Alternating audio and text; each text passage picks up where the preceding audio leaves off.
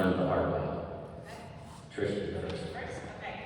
So Trisha Barrett, Crawley Webb, been at the agency for 23 years. We're in Buffalo, New York, go Bills. None of that Patrick Mahomes stuff. Josh Allen is clearly the MVP. Okay. So I started off traditional account side of the house, and we're a little bit unique in that we have an agency within the agency. So we have Praxis Communications. Praxis recruits patients to participate in clinical trials. So we work with pharmaceutical companies all over the world, and they were actually a client, and we acquired them. And so I went from giving up my account responsibilities, managing an account, to when we acquired them, really running the operations of that business. And that was my foray into management before becoming CEO back in 23 is when that all happened. What I have learned that is different is that I chose advertising because it looked cool in the movies. And it was What Women Want with Mel Gibson and Helen Hunt. That's how I chose advertising. And I learned that it is not like movies at all. So that's my hard truth. So I'm Billy Ferguson with Meeks from Des Moines. We say we're not a place-based agency anymore, but I feel like I have to say we're in Des Moines because that's where our physical headquarters office is, and it's where I am. We have employees in 17 states at this point, so all over the country. But you know, my path to the CEO role is actually pretty winding. My mom was a Meeks client back in the day, and so through the power of nepotism, I ended up as an intern right out of high school. And you know, I interned a whole bunch of different roles, and I thought I was starting in a media role, and I ended up starting in a database marketing role, but most of my career actually has been in technology and agency operations, I think. I would say. So I have a very eclectic perspective, and I think that's maybe a piece of advice that I share often as well, is I think the folks who are going to be successful in the next generation are the ones who can see across the entire enterprise and connect dots. And I think my background has prepared me well for that. You know, my one piece of advice is maybe similar to something Jed said this morning. Live like you're dying a little bit, right? It sounds big and obtuse a little bit, but the reality is, in this industry, there's a lot of pressure, and especially as you become a leader in this industry, there's a lot of pressure, and it's easy to take a lot of things seriously and imagine the worst. But the worst almost never happens, guys, right? And so focus on the possibility.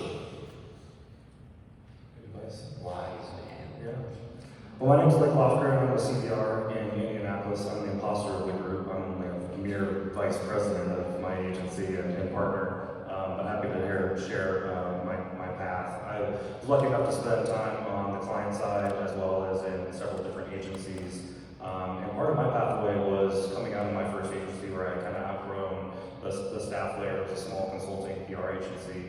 So I actually started in PR before I got into account management.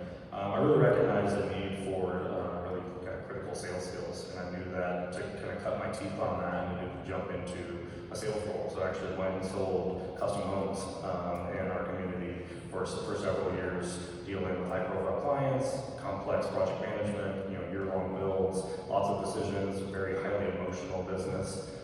People are going through that process.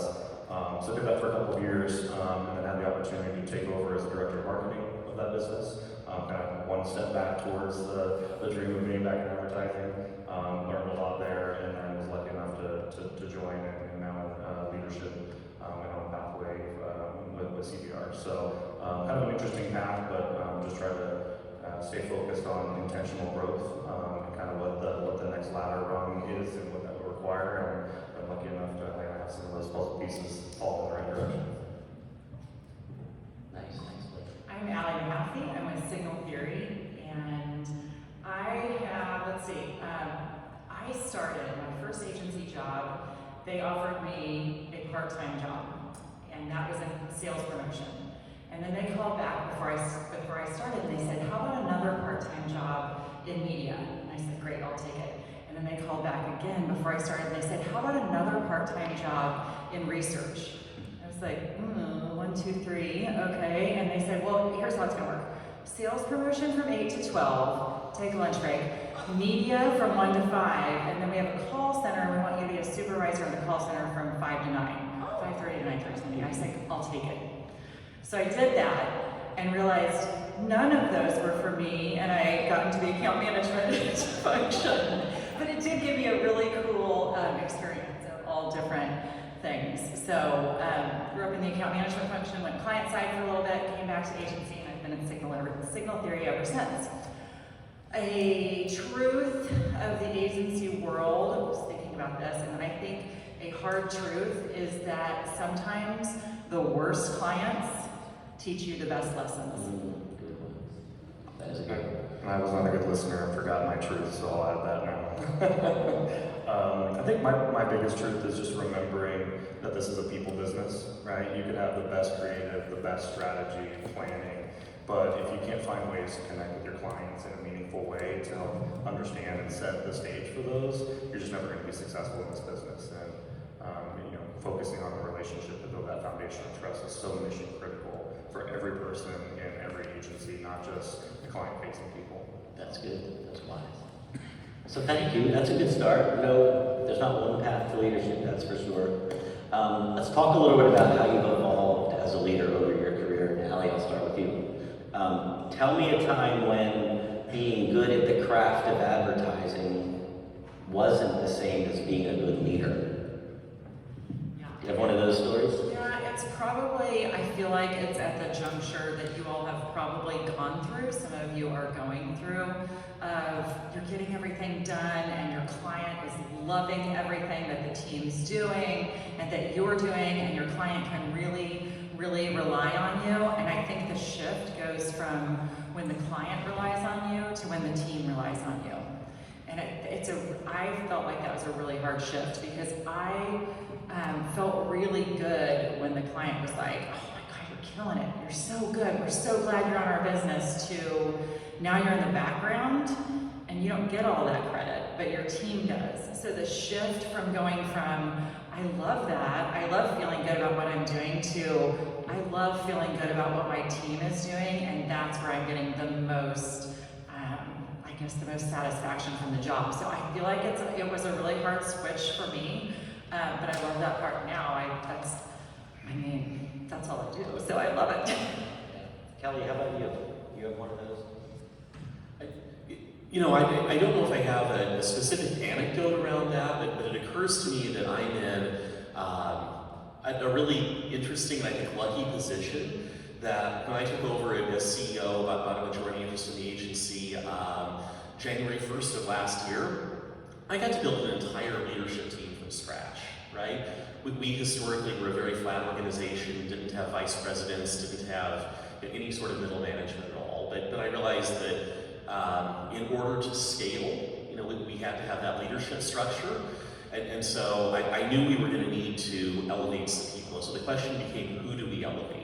Do we elevate the best creatives in the creative leadership role? Do we elevate the best digital folks into a digital leadership role? And the answer to that was, well, no, right? But we elevate the best leaders into the leadership roles. And so we spent a lot of time at the agency actually intentionally talking about that difference.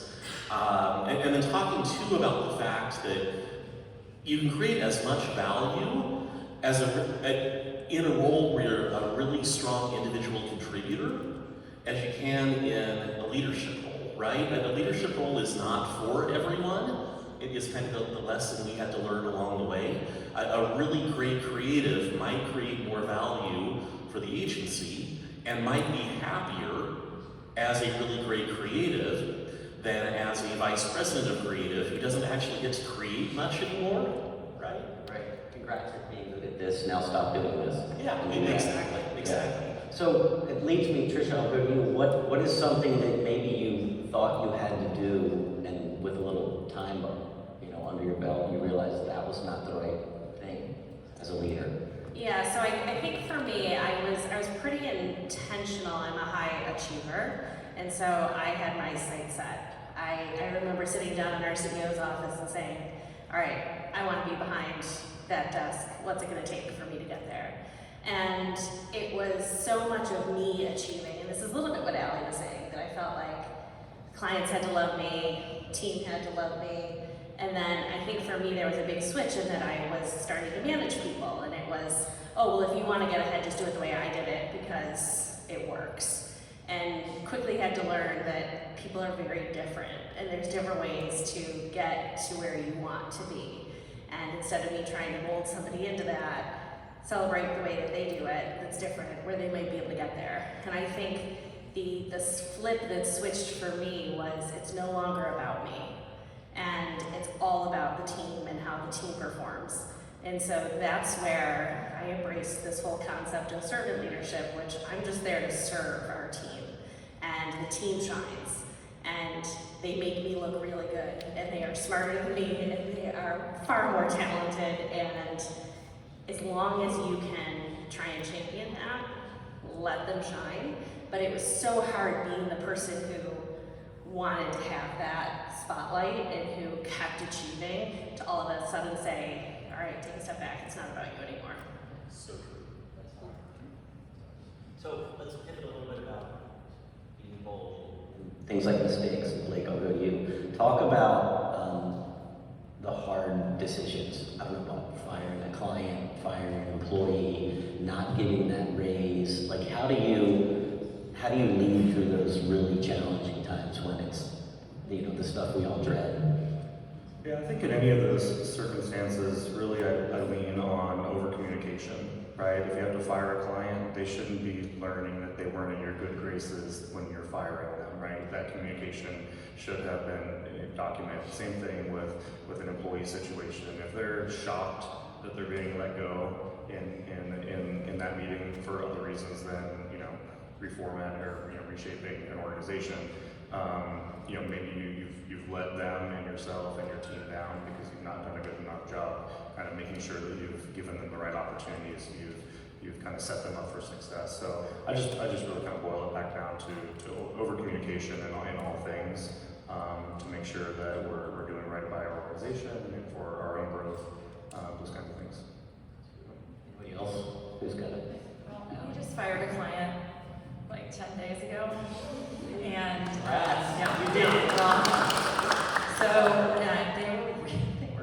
they were not fun to work with. You can ask Delaney, but they were really pretty awful, and they were a really big company, and they were paying us a lot of money, and which is kind of always the story. And they came to us and said, "We are going through this agency review. You're not in it. So kind of just keep going how you're going, and we'll probably make that shift like by June or maybe third quarter next year, but just keep going." And we're like, what the fuck? I mean, no. And so then we were like, well, that was really nice of them. They gave us like, a good 9, 12 months lead time. The team's pretty miserable. Not pretty. The team's miserable. But should we do the right thing since they kind of did the right thing? And then we were like, fuck that. It is not the client that we need to be like, sorry for my language. It's not the client that we should be concerned about and be like, oh, are we treating them nicely? It was like, no, it's the team.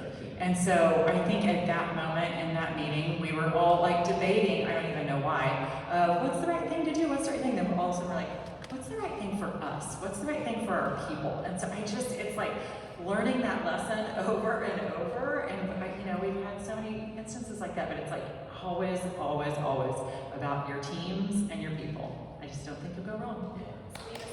We have a saying that is people and culture trump profit.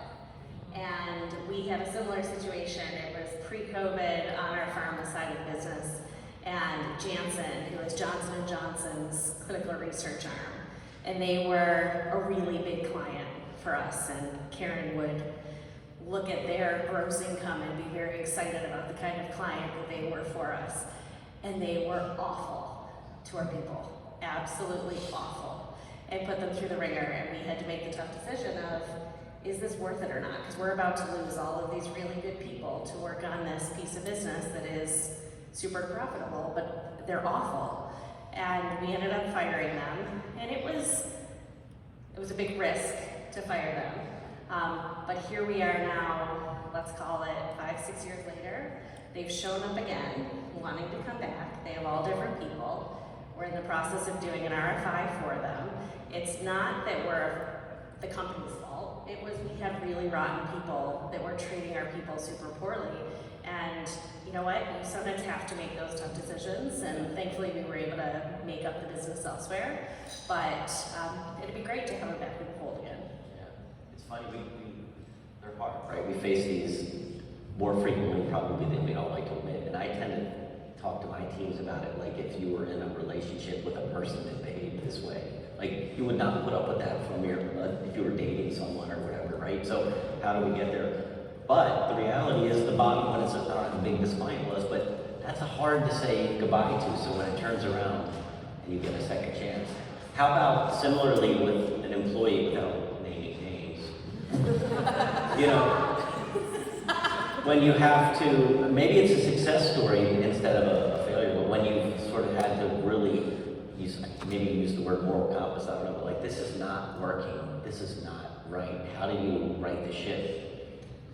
Kelly, I'll go to you. You know what? The first thing that comes to mind is more often than not, the employee's not happy in the role either, and so moving on is probably the kindest thing for both parties. Our culture it used to be at least one that we still are very people-centric, but I think it used to be one that maybe took that in a direction that wasn't so healthy.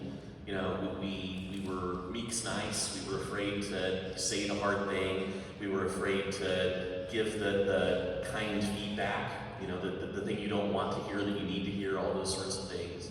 And so I think we let things linger too long. We had a pattern of kind of doing soft exits where we would go up to somebody and say, you know, this isn't working out. We'll give you 6 months to find a new job. If at the end of 6 months you haven't found something new, then we're gonna have to let you go.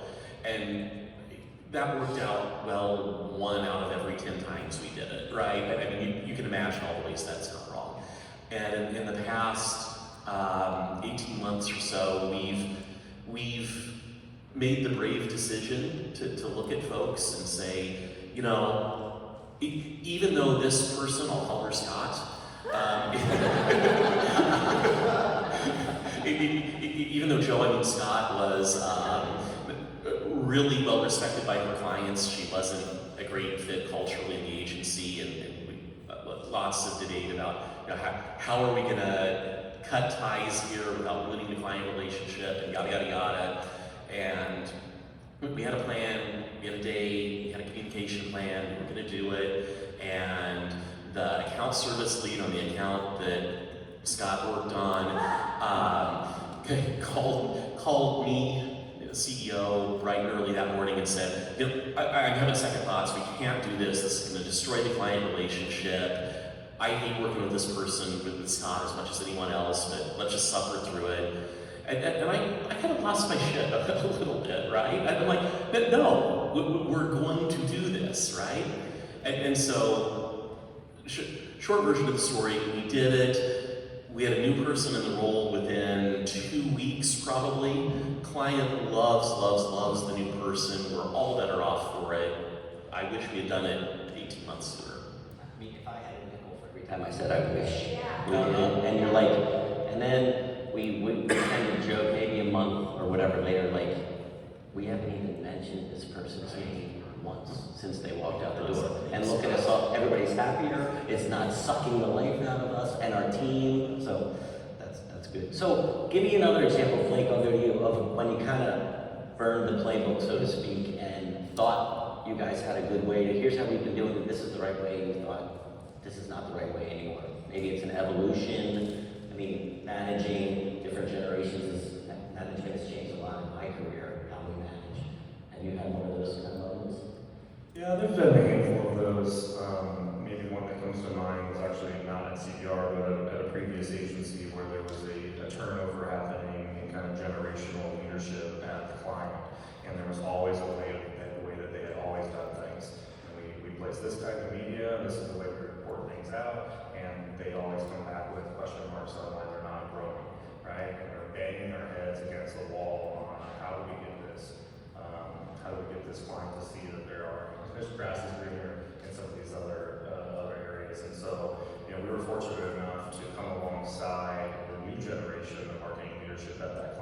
to really educate them and equip them to sell it internally versus us trying to sell it, directly.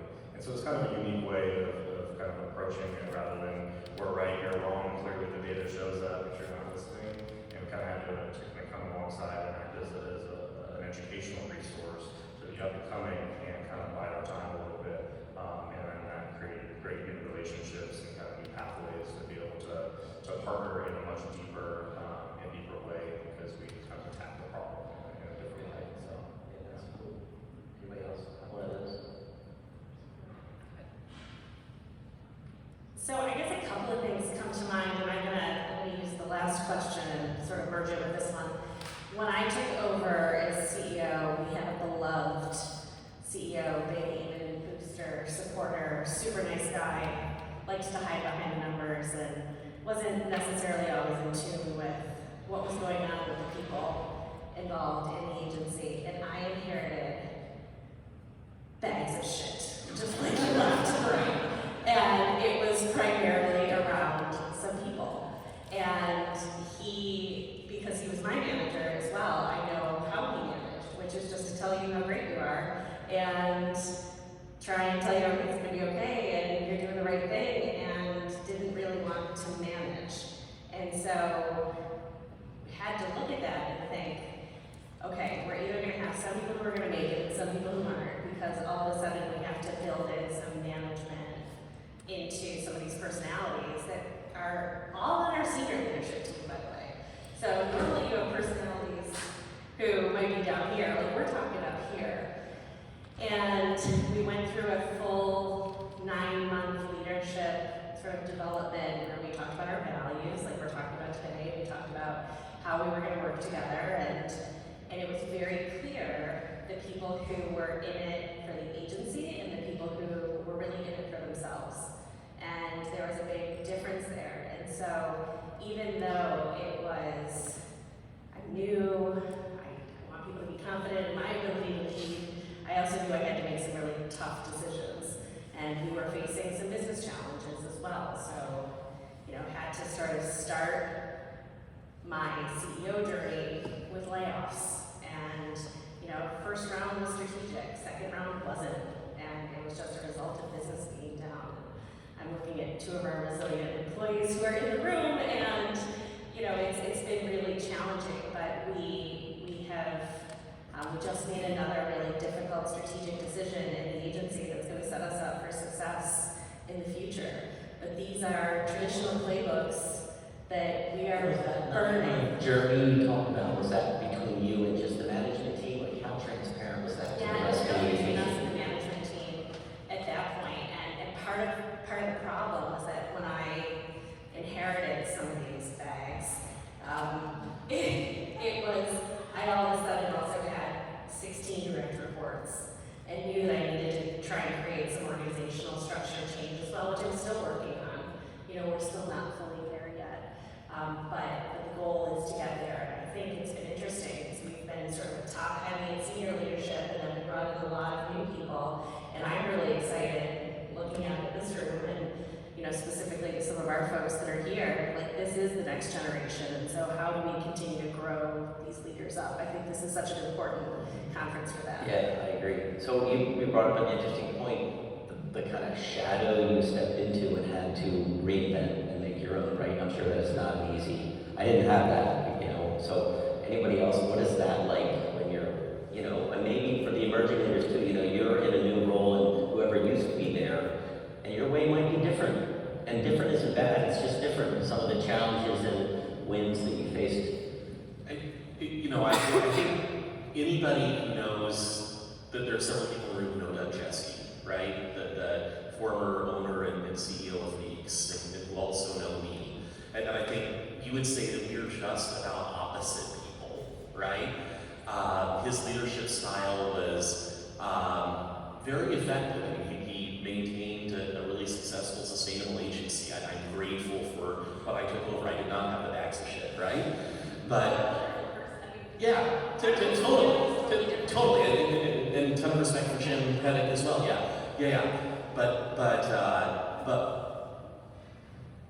But when Meeks changed leadership from Doug Chesky to Kelly Ferguson, we went from Doug literally making every decision. And then Carrie was joking about deciding who sat in what cubicle. I mean, Doug decided who sat in what cubicle and which sodas were going to be stocked in the fridge in the break room, and every detail to. I couldn't care less about those things, honestly. You could not get me to make those decisions if you want, right? And he believed in a very flat organization. I believed in a structure, a hierarchy. Just all of these sort of really fundamental core differences. So we've shifted a lot, and we've been intentional about that shift. So one of the things that I think has made our leadership team as successful as it is, and I'll echo what Tricia said, building this next generation of leaders at the agency is a passion of mine, and it's the legacy I want to leave. The thing that's made this team successful is that we've acknowledged that degree of change head on, and we've been intentional about it, and we've partnered with Amanda Embry to manage through a lot of it, and yeah. So JJ, my brilliant co-CEO, and I became co-CEOs about 10 years ago. It was 2015, I know.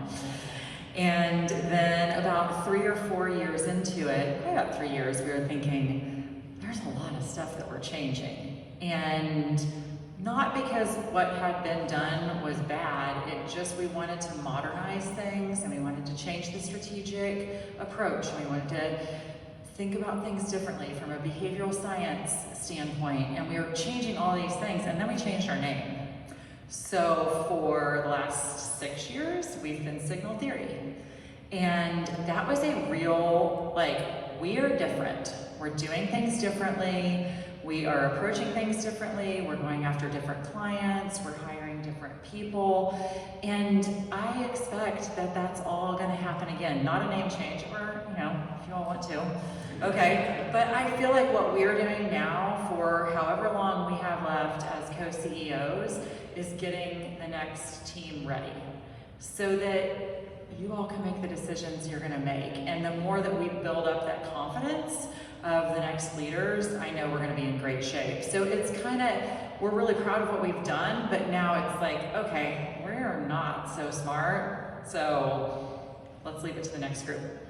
Well, I was wonderful about the smartness, but there you go. So I think it begs, you both kind of have a similar thing about their way versus your way. How do you decide what to focus on? If you knew, in your case, you knew what Doug focused on, or how do you decide what to focus on as a leader? Sure. Well, I think it's, some of the work we did today on finding your passion and kind of your core values, I think it's critical to understand and to use the access that you have to your leadership to understand what their framework was and kind of what their basis was. But then to look to your new leaders or your future leaders to understand, what kind of alignment can we build between the values and the passions and the motivators of those to help dictate your short-term mission and your longer-term vision for the agency. Because there are so many other variables with technology and budgets and everything else that's happening. And control what you control, which is your internal alignment. And I think I'm a big believer that if you're internally aligned and you over-communicate, like I already said, then you can really set yourself and future generations of agency leadership up for success. So it's really kind of boiling it down to why do we get up in the morning? Because if we're not aligned on that, then we can't do all the other little things right. So it's internal alignment, right? But it's also alignment among that leadership team, right? I think the most important thing I'm doing as a leader is helping us all find where our own personal missions intersect and how that rolls up to the organization's mission, right? So how much, if I was to look at your calendar, how much of your time are you proactively doing that stuff that we all talk about? But for me, it's how do I get that? Versus reacting to all the things, right? The staffing challenges or the client issues or the headaches or the thievery or whatever. Is that a perfect world kind of thing where we think about the vision or is it is it more deliberate than that for you? So I'll tell you that when we started with this leadership development program at our opening little retreat, the person facilitating asked us all on our leadership team to write down how much time do we feel like we're firefighting, how much time do we feel like we're in maintenance mode, like just doing our job, and how much time are we spending on growth. And I think our entire leadership team would agree that we were all spending and continue to spend far too much time firefighting than we do in maintenance or in growth. And so I look to my role, and part of trying to get some of this organizational structure in place and trying to chart that vision for the next chapter. We're going to be 40 next year, so we have a fresh page turn to be able to set up what this next decade looks like, is how do I get to be ideally 20% firefighting, 20% maintenance, and 60% growth, because that's where I need to be as a CEO. And currently, I'm probably 60% firefighting, 30% maintenance, 10% growth, and that's not where I want to be. You know, one of the title of the session is What I Wish I Knew, right? But one of the things I wish I knew a decade ago, we talked about kind of my path to CEO, and I think I was collecting hats in the agency for a while, right? I think I defined my value as kind of the size of the number of things I was in charge of. So I think there was a period of time when I was leading the account service for a third of the agency's revenue. I was in charge of media, data science, social media, PR. I was in charge of HR. I was the CFO. And I wasn't doing any of those things well, by the way. And so when we introduced the leadership team at Weeks, and we talked about the priorities we had for those folks, and by the way, our priorities were defined in terms of leading, not in terms of doing their craft, the conversation we had earlier. But you know, I joked that if these leadership job descriptions read like a list of things a list of shit Kelly should have gotten done in the last 5 years, right? You're not wrong, because now we have people to do them, we have bandwidth to do them, and we've created a leadership structure, to your point, where we have capacity for firefighters to firefight, so executives can execute, whatever that is. Execute. So what advice do you give these guys, maybe you two, to not be the firefighter? I feel like, you know, in Planet, if I hear the phrase "in the weeds" one more time, we could hire, you know, if I had a nickel for every time, we could hire 100 more people. But so we're all in the weeds doing that. What advice would you give to get out of the weeds so you can step back?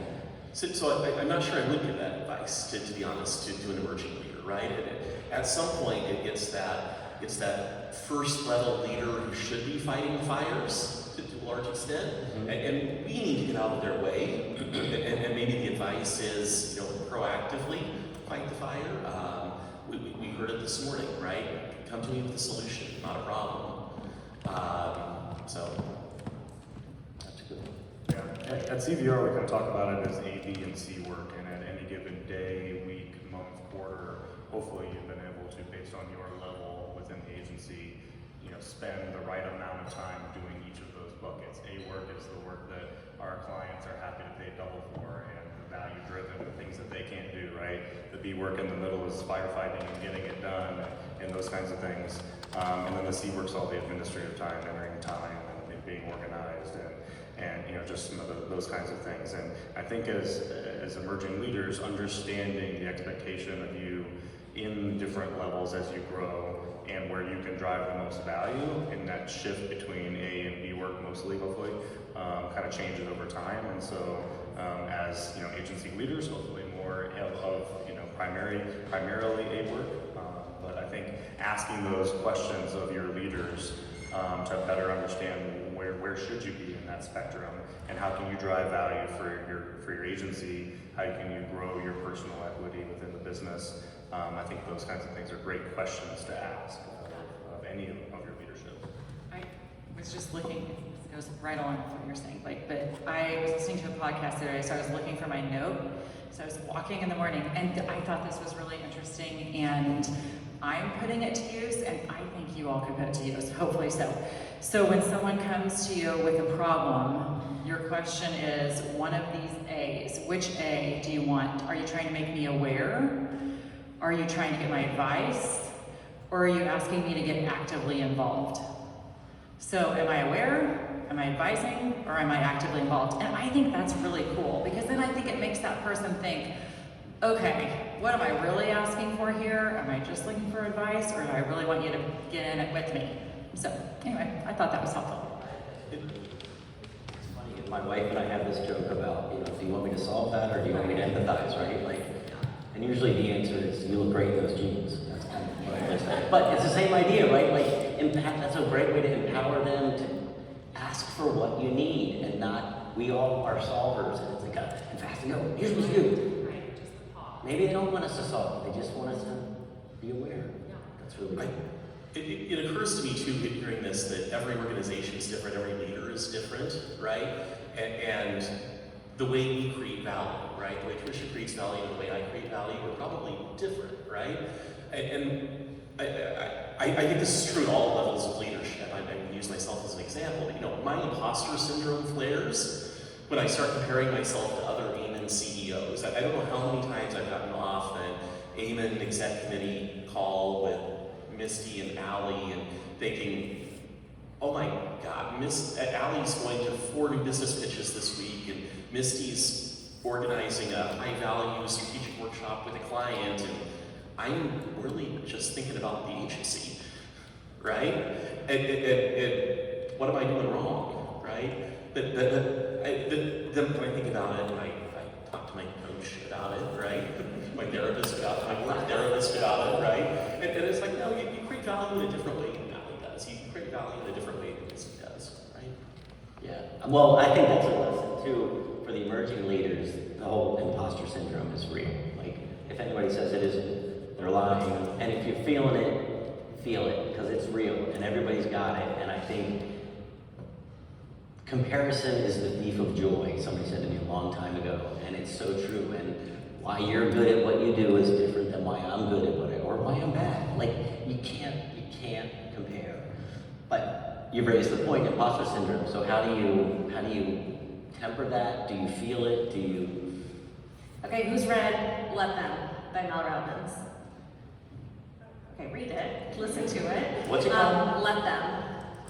And they talk about comparing up and comparing down, she does. And comparing up, if you have imposter syndrome with who you're with, the whole idea is let them.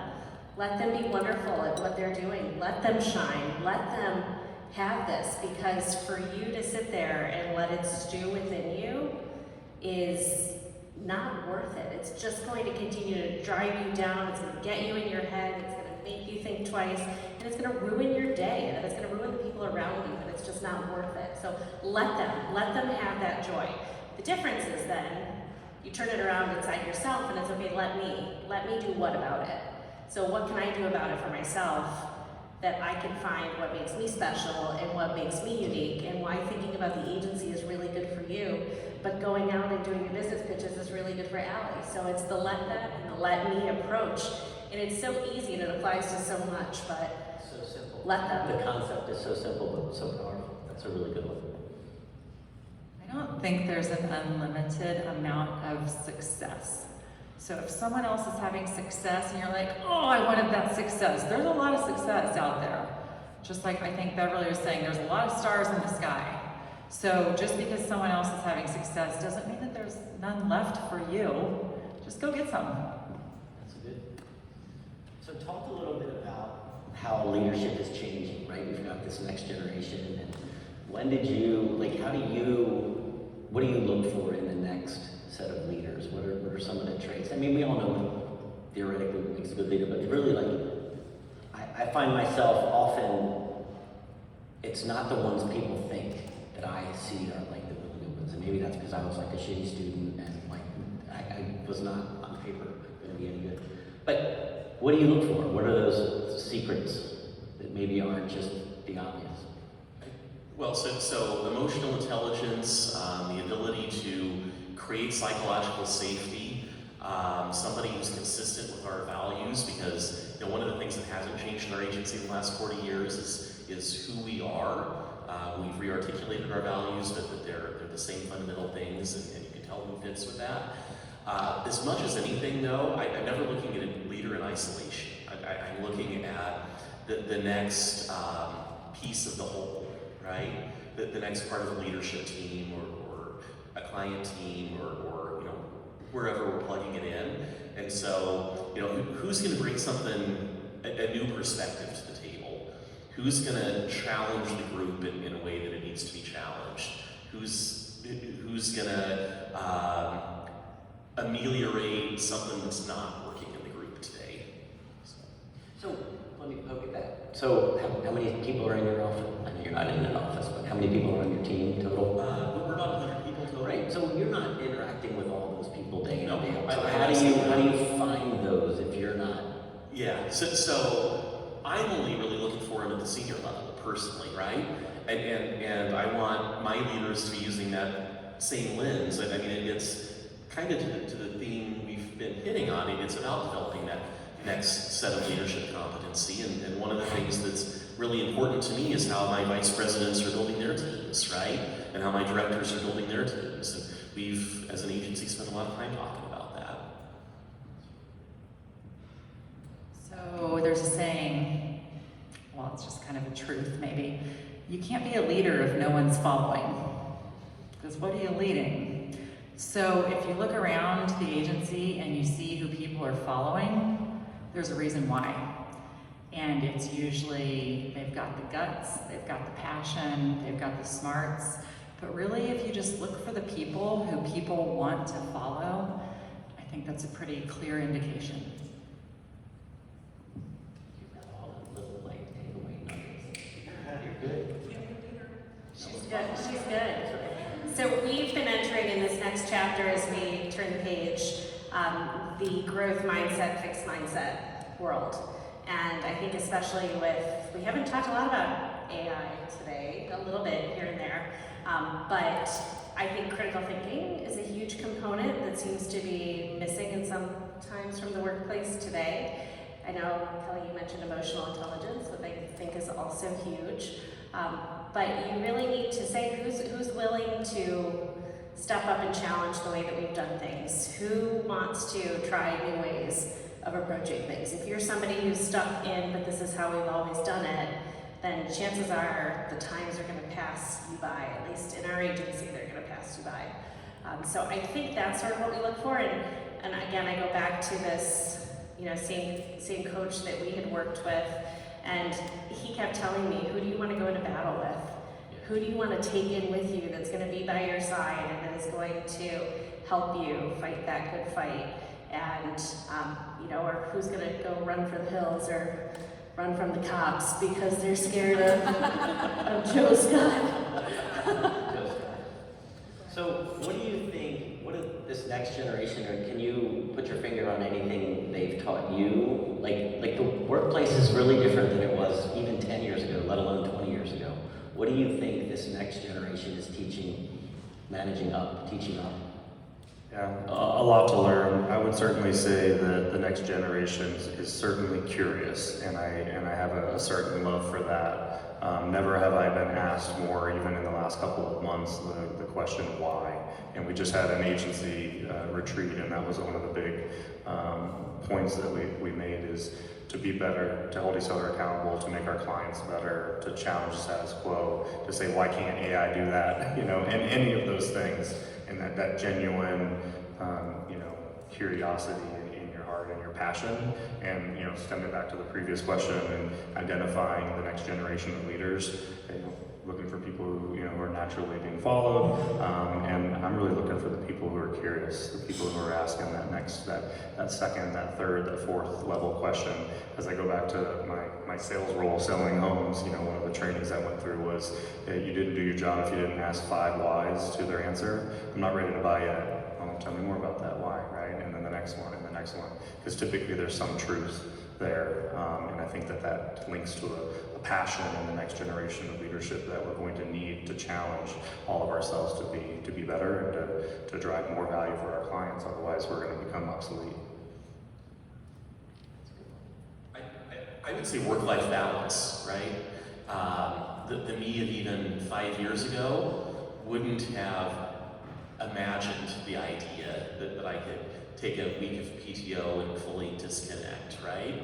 And I specifically remember sitting across a table at an agency happy hour with a bunch of, 20-somethings, and they're all talking about that, and my reaction was, well, that's not how the agency world works. And I'm like, well, why isn't it, right? And yeah, I only do it once a year, but then I take it on a 10-day vacation once a year, but I don't take a computer, and I log out an email on my phone, and I tell people to text me if something really blows up. I don't say, if you need me while I'm gone, I'll need you when I'm back, right? the reference to the comment earlier, but just the new generation's approach to how they integrate work with life. I like that framework better than balancing. It is really inspiring to me. So how have you guys, that's an important point, like we've had to change things to make that doable, right? Like more flexibility, maybe it's more staffing, maybe it's different technology. What are some of the things that you need to, or tricks you've figured out so you can be a place that puts their money where their mouth is when it comes to things like work-life balance or flexibility or... One of the things that's been true throughout my career, that I found to be true throughout my career, that has served me well, is a constant reminder that if you treat people like adults, they'll behave like adults, right? And that's not true for some percentage of the population, but if it's not true, they don't need to be working in our culture, right? And to our conversation earlier, a lot of the bad fits we've parted ways with in the past 18 months have been kind of, they're not showing up as adults. And we could choose to treat them as children, and they might be great employees if we treated them as children, right? But I wouldn't have a lot of fun doing that. That's not who I want to be as a leader. So I think a lot of the key to success for work-life integration is realizing that we're all adults. We're all working for the same thing. Almost everybody on the team legitimately wants to see the agency succeed and legitimately wants to contribute in a way that's going to get us there. And my putting rules in place isn't going to make that worse. It'll probably make that, or isn't going to make that better and probably make it worse, right? I think just being really open to new ideas. I mean, we're in this business of curiosity. So asking what people need, asking how we can shift, and then being open to it. Because it's exactly what JJ and I were doing 10 years ago or 12 years ago, was bugging our managing partners to be like, we have an idea. When's it our turn? What's next? We were real pains. Really, it was bad. But we kept going to them like, here's an idea, here's what we're dealing with clients, here's what we're dealing with teams. And having that kind of open dialogue of here's what we're dealing with every day, here's the kind of lives that we want to live, here's the kind of relationships we want to have, being open to that and being curious about it doesn't really matter what we think anymore. I was talking for JJ and me. It doesn't matter what we think because, it matters what everyone else and how we can make the agency a great place for others. That's so true. That's so true. I was just going to add, just last week, we had an all-hands meeting and we launched a survey right after it, and it was really an employee engagement type of survey. But the reason we did it is because we set a strategic pillar group to help take us into this next chapter to talk all about employee engagement. And we were sitting around talking about why do people come to certain events but not other events? And why are people doing this and not doing that? Or why is it this, why is it not that? And we were holding on to a lot of the traditions and the things that were part of the old, but not necessarily embracing the new. And so it was like, okay, everything's going to be solved if we get ice machines on the second, third, and fourth floor, which we did. And guess what? Still the same. So then it was like, I think if we have the family picnic and bring the family picnic back, that'll be great. And we're like, we don't know. Right? We gotta ask. And so it because we asked about just coming back into the office and what that looks like, what work-life balance means, what events do you like to go to, what benefits are we offering that you like or you don't like, or we should be offering more. So, trying at least to listen. And then the big part though is that if you're listening, you got to be prepared to do something about it. Right, and I was gonna say, and maybe not everybody likes what you're gonna do, because not everybody always agrees on everything, right? So I think it's important to ask and listen, but then you gotta stand by your decision, right? And sometimes as a leader, it's hard to stand by hard decisions, but when you know, or when you can communicate that it's not because I wanna work just 2 days a week, it's because that's what we know, it's the right thing. So, I know we're tight, can we open up for a few questions? Just real quick, I have this dream, and it's kind of this recurring dream, and you all from Signal Theory are going to have to make this happen. But someday I'm going to retire, and then I want to come back as the front desk person. I just want to be like, "What's up, y'all?" I'm just going to be like, "Okay, let's see how it's going now." And I am so excited to have you all as leaders. I really was thinking that. I think maybe this morning. It's like, what's going to happen someday? Please give me that job. Well, for me at least too, there's watching people who you sort of trusted and then mentored me, and then when they shine as a leader, my kids are now 23 and 22, and it's like seeing your kids turn into humans. It's awesome, and it's, so. Question? I'm curious about your take on transparency. And, we've talked a lot about showing up authentically and showing up as human beings. And I don't know, I would imagine to some degree we do want to be transparent with leaders, but too much detail might freak people out, cause chaos. So any advice on that thing? Well, so I'll say transparency and authenticity might be slightly different things, right? But be as transparent as you can, right? We live in an era where privacy is dead, right? And that's true personally, but it's true in a business perspective as well. And so we at Meeks try to share as much as we can at this point. And you're right, that there are things, there are personnel issues and all sorts of things like that we can't talk about and don't talk about. And we're figuring out how to talk about certain things and all of that. But the biggest way to create a toxic culture, right, is to not share all the information, because a conspiracy theory loves a vacuum, right? And that those conspiracy theories will kill you. To the point about authenticity, just a really quick anecdote. I came out in my 20s. I have not hidden the fact that I'm gay for 30 years, right? When I took over as CEO, I did an all-agency meeting, and I stood in front of the whole agency, and kind of as an aside, I said it. And I can't believe how many people, it shocked me how many Meeks employees came up to me after that moment and said, "Wow, that's so great that you're showing up in that way." It wasn't intentional on my part, and I don't, if I had thought about it, I don't know if I would have done it, but that's my touchstone anecdote now in terms of authenticity. So. And I would only add to the transparency piece that I think it goes hand in hand with consistency. You can't be transparent with some people or sometimes. You kind of have to have, leadership alignment on what you're going to be, and then stay true to that, because that's really where culture and trust are built. And if you hide one thing, you'll be accused of hiding everything. Yeah, agreed. I think the transparency piece is super important when you're going through change. Especially, we've had some tough situations the past couple of years, and you want to be as transparent as possible so people understand why. To that, ask it 5 times. Why? And you have to think, okay, if I'm sitting in the employee's shoes right now, listening to the fact that we just had layoffs, you need to be able to give them a reason why, and a reason to think that it's not going to happen again, and that they're protected and they're safe, and that we want them to be there.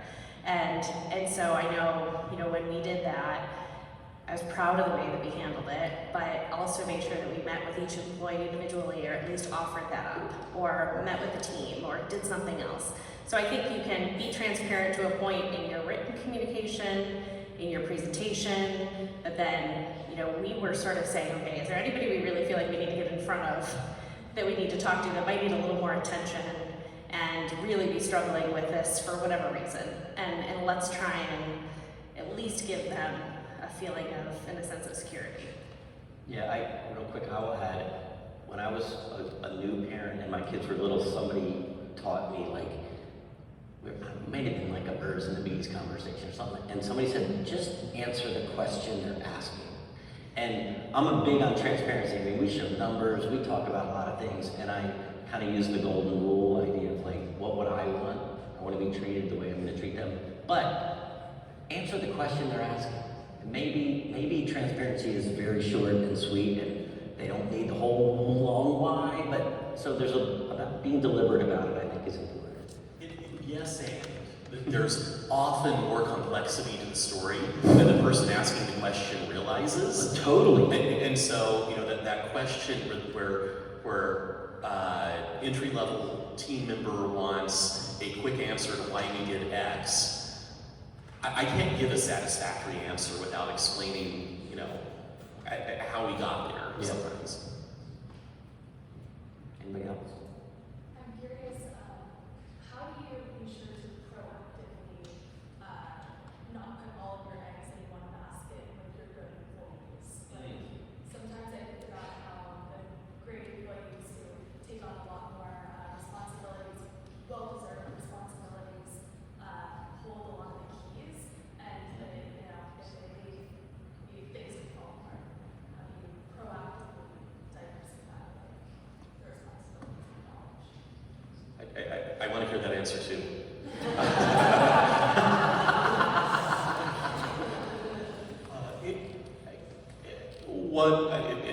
In that same all agency speech when I took over as CEO, I had, you know, my guiding principles as a leader, and one of them was to build an organization where no one person, including me, is so important that the organization can't survive without them, right? And so it's top of mind, but it's hard, right? I mean, every organization has some rock stars that punch above their weight, and you try to keep those people happy, but you know, you also try not to let their shadow keep others from growing, right? I wish I had more wisdom. I feel like I'm going to give this portion of my talk back to our leadership coach who we worked with. I should like pay him after this because I keep referencing it. He had us go through an exercise with all of our employees, and it was like the stoplight exercise, red, yellow, and green. And the green people, it was, you know, if they left, you'd probably be okay. Yellow, it would suck, but you'd find a way. And red, like you'd be really screwed. And the point was, nobody should be a red. Nobody. So how do you look at that, and how do you balance that? I think too, the last thing I want is to pull somebody down to lift somebody else up, right? So to me, it's about letting the people shine, but also the ones that aren't. A simple ask goes a long way. Like, can you do more?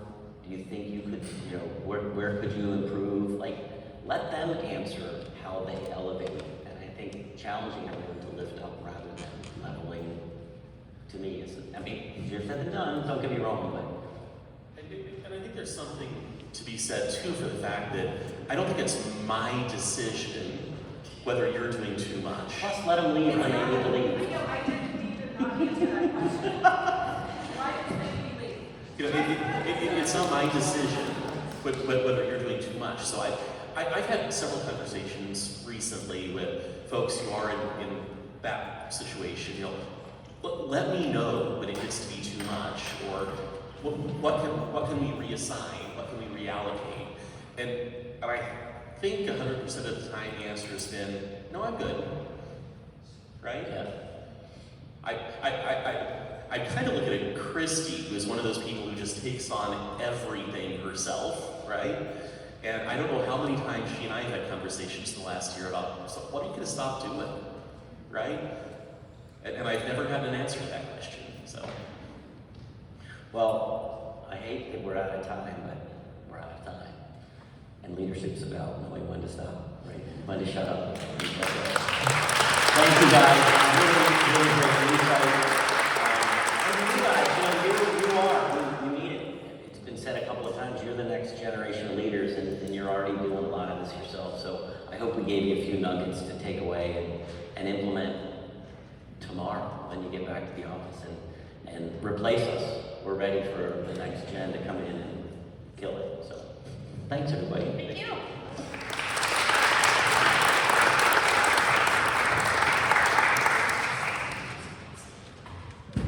That's it, right?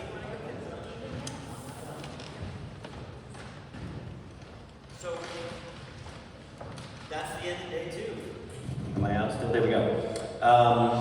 We've got, what time is it? It's about 4:45. We've got a little bit of free time tonight. Well, let me back up. First, thank you. Thank you for your patience. Thank you for your attention. Thank you for your great questions. Today was a really good day. I got a lot out of it. I hope you guys did too. So, but the fun, I mean, this was fun, but tonight's really going to be fun. Tonight we've got a really fun night ahead of us. We're going to go to dinner. We're going to walk to dinner to a place called Bunny Buckets and Bubbles. It's a mouthful. We're going to walk over there around 6, I think. Christy, right? We're leaving at 6? Yep. So we're going to all walk over from the lobby around 6. It's about a block and a half. You can't miss it. It is cobblestone, so, you know, if you're a fancy shoe gal, walk at your own risk. After dinner, we're going to invite you on a little bit of a pub crawl. We certainly, no one's forcing anyone to drink or do anything they shouldn't want to do, but we are in this great town full of amazing little bars. So we've got 3 lined up to start, and then, you know, you're all grown-ups, you can do whatever you want from there. But we're going to start at a place that has some of the best cocktails in town called the Rye Tavern. Next, we're going to go to the oldest continually running saloon in the country called The Horse You Came In On, which I think a few of you maybe have already experienced. And last but not least, actually, the horse, another anecdote there, I think apparently that's where Edgar Allan Poe took his last drink before he died in Baltimore. So enter and behave at your own risk. And last is, I fought for this one, my favorite bar in this town is called the Cat's Eye Pub. It's a sort of Irish bar, sort of dive bar, live music. You know, it's awesome. And when you get in, I think it's their 50th year this year, and maybe the windows will be open so you won't be able to smell all 50 years of the greatness that has been going on at that place, but it's awesome. So, we're gonna have tickets for people, right? We'll give you some drink tickets, so as you go to these bars after dinner, we're gonna help you with that. And I'll end like I tell my kids, you know, I ask you all to be safe, don't walk alone, come home safely. And that's all. Quick thanks for Workamajig, our sponsor for tonight. We'll give them some love. And then the banners. Yeah, please, everybody leave your banners on your table. We're going to try to find a place to display them, and you will be able to take them tomorrow whenever you're leaving. So we're hoping to talk about those a little bit in the morning. If you happen to be leaving us early, you can certainly grab yours and take it with you. But for now, leave it here. We'll bring them back up tomorrow. Great. Thank you. Thanks, everybody. See you in a little bit, about an hour down in the lobby.